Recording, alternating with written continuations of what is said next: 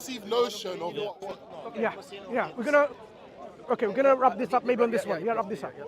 So man has given extra responsibility because of God has given them responsibility of providing for them. Yeah. So a believing woman or a wife in this case needs to be fulfilling a role. And that role is the role of being in the marital affairs, being obedient to God and to the husband to protect that. It tells you. Do you want to bring this? I'll show you. And if he's not, I need to go in a few seconds. But I cannot just simply because tell you like. You said there was some No. stages. Wait. I'm telling you all the stages. 1 second. You could give me the reference. I could check it out. In the Here. Wait. So now you will understand why this is such a practical, just system that you say, why isn't that in the Bible? Here. In the Quran. Yes. You would say, why isn't that in our Bible? Oh, your Bible. wish I had Quran, read my Bible. okay. Here. It's magic. Men are protectors and maintainers of women because Allah has made one of them to excel the other and because they spend to support them from their means.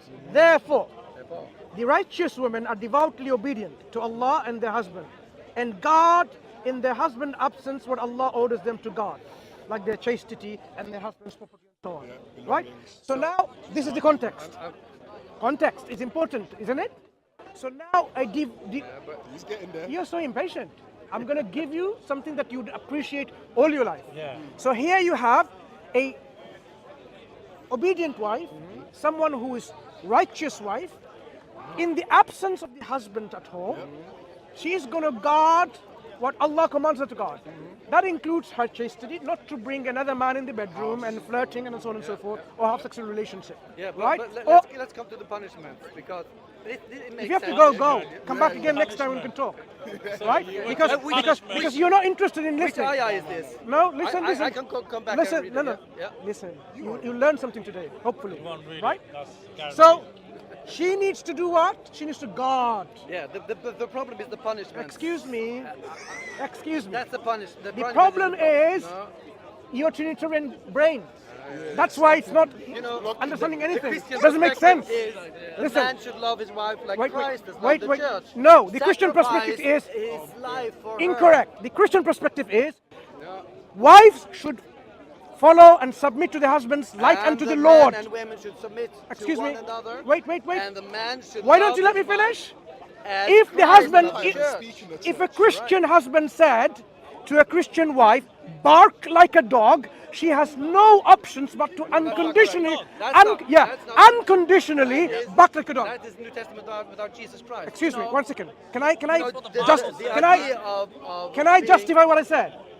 When the New Testament says, wives, submit to your husbands like unto the Lord, may I ask you, when you submit to the Lord, do you submit conditionally or unconditionally? I don't think that is May I ask you first of all, do you submit to your Lord conditionally or unconditionally? I don't think that's an unconditional God says commitment do to this. Excuse me. husbands because Do you submit? wives Okay, I'm going to answer on his behalf. You submit to God unconditionally. So when the Bible said wives must submit like they submit to God, which was what? Unconditional. So that means that's not the Christian perspective. you can disagree. That's the text says that. no, That's the text. You disagree you with deny- Paul? You take it out of the context. Excuse me, no. You take it out of You the context. disagree with Paul. You disagree with Jesus. Now you disagree with the Bible. Take care. Do you want to listen to still why the Quran is this belief that You tell me Okay, let me tell you ayah, now. because Okay, in I 2 don't minutes. know. In 2 minutes. No, I don't have time. Okay, go then. What's the surah? 434. 434. 434. For those who are listening, Read your Bible. so now a question was raised by a Christian friend.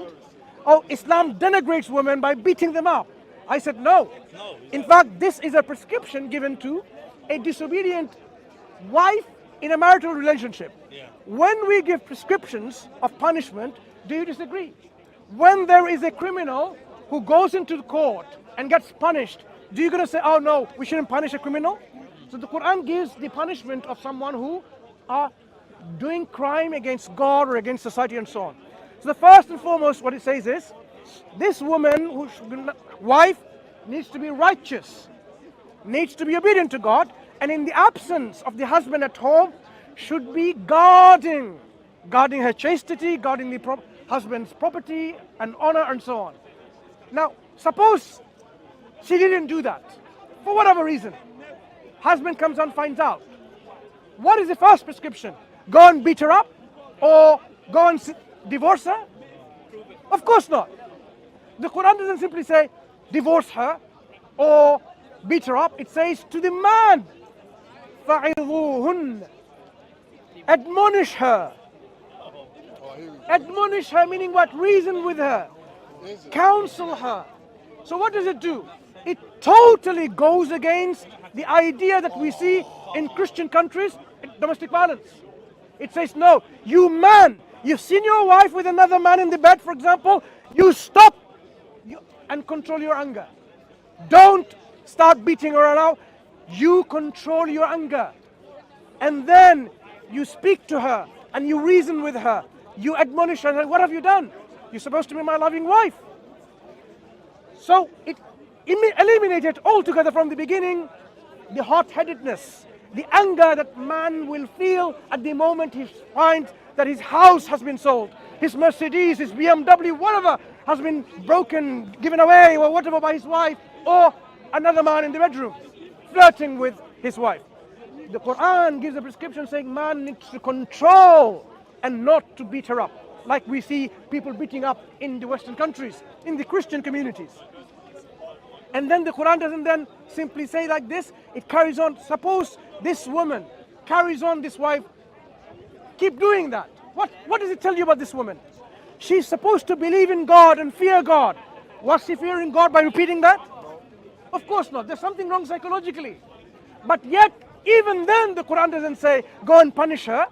The Quran says what? When you do that? Refuse to share the bed. Meaning what? You stop conjugal relationship. Stop the intimacy and keep that in check. Because that's what she was trying to do. Flirt with another man, sleep with another man maybe. Now you deprive her of this sexual gratification. Maybe days and weeks and months, whatever. You will be in check. That's what the Quran is saying, because that is the root of the problem perhaps. Is there any kind of any punishment of physical beating her up? Of course not. Now, if at the very beginning, on the first step, the wife said, I am so sorry, it was a mistake. What do? Do you beat her up? No. You say, fine, that's good. You have reconciled. End of the story, back to marital relationship. Not like the Western understanding in which you just simply go with a head, oh, divorce you, and you take it to court and so on. What's going to happen to the children and the family? How are they going to bring up all these emotional problems that you're going to make them suffer? So the Quran gives us a practical solution, makes divorce the last thing. Because even after all of this prescription, A, B, C, and D, all of that didn't work. Reconciling with the family members, arbitration didn't work. Then you say, nothing will work, we'll seek divorce as a last resort. So yes, the Quran has divorce as a last resort, but not as a first resort, like we see in Western societies. Or like we see the Western societies beat their wives up. The first moment they see something like that, the Quran says no. So if now segregating in mutual intimacy worked, that's it. Back to the same relationship. Now you don't have a problem anymore. That's why Quran is so reasonable, so practical, because this comes from the most wise creator. He knows how human psyche works. He knows how human behavior is. He knows how human can reconcile between themselves. That is why the prescription the Quran gives between a disobedient wife or a disobedient husband is not only reasonable, practical, merciful, it is just for the societies. And that is why people, you need to look into Islam, look into the Quran, because you are missing this guidance from God, which is the guidance that will give you peace inside and peace outside with the community and all around you. That is Islam that we are inviting you to. Become the worshipper of your creator, not worshipper of your ego, not worshipper of your nation, of your flag, of your queen, or whatever. But worship God who deserves our worship. Thank you all very much for listening. أقول قولي هذا واستغفر الله لكم. السلام عليكم ورحمة الله وبركاته.